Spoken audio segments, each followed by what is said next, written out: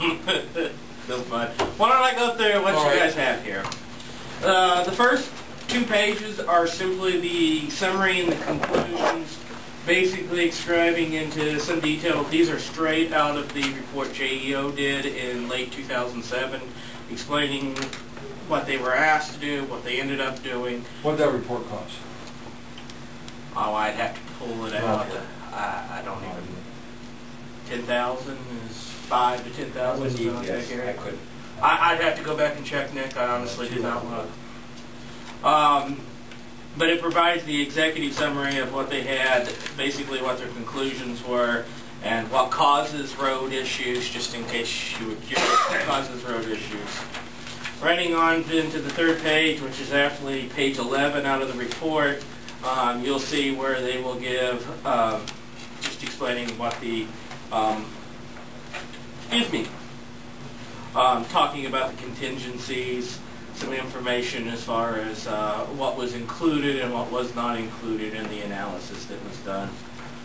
You move into page 12. Page 12 basically talks about different funding sources that were available. These have changed to some degree.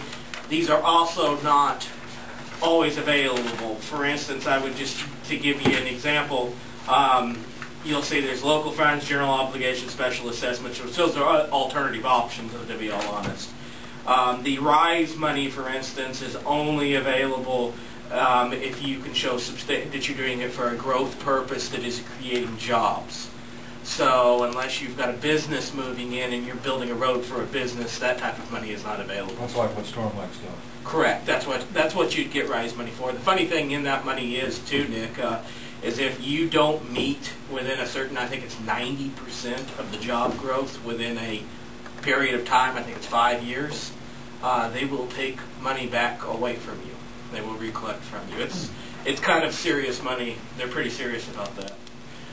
Some of the others are particularly limited only for state and farm-to-market road access points as well. So when they're on this list, it doesn't mean that they're necessarily available to us. And actually, one of those has been eliminated since that time. If you move on to what is at the bottom, says page 13. Page 13 gives their original conclusion for some main cost improvements. Of course, those are old numbers, and that is doing a lot of work all at one time. You're talking about this being, at that time, was in the neighborhood of 4.6. Based upon the new numbers I've received, this would be roughly in the neighborhood of 6 million. And that's assuming concrete, and I say concrete because of the fact, I don't know if you're familiar, usually asphalt's cheaper.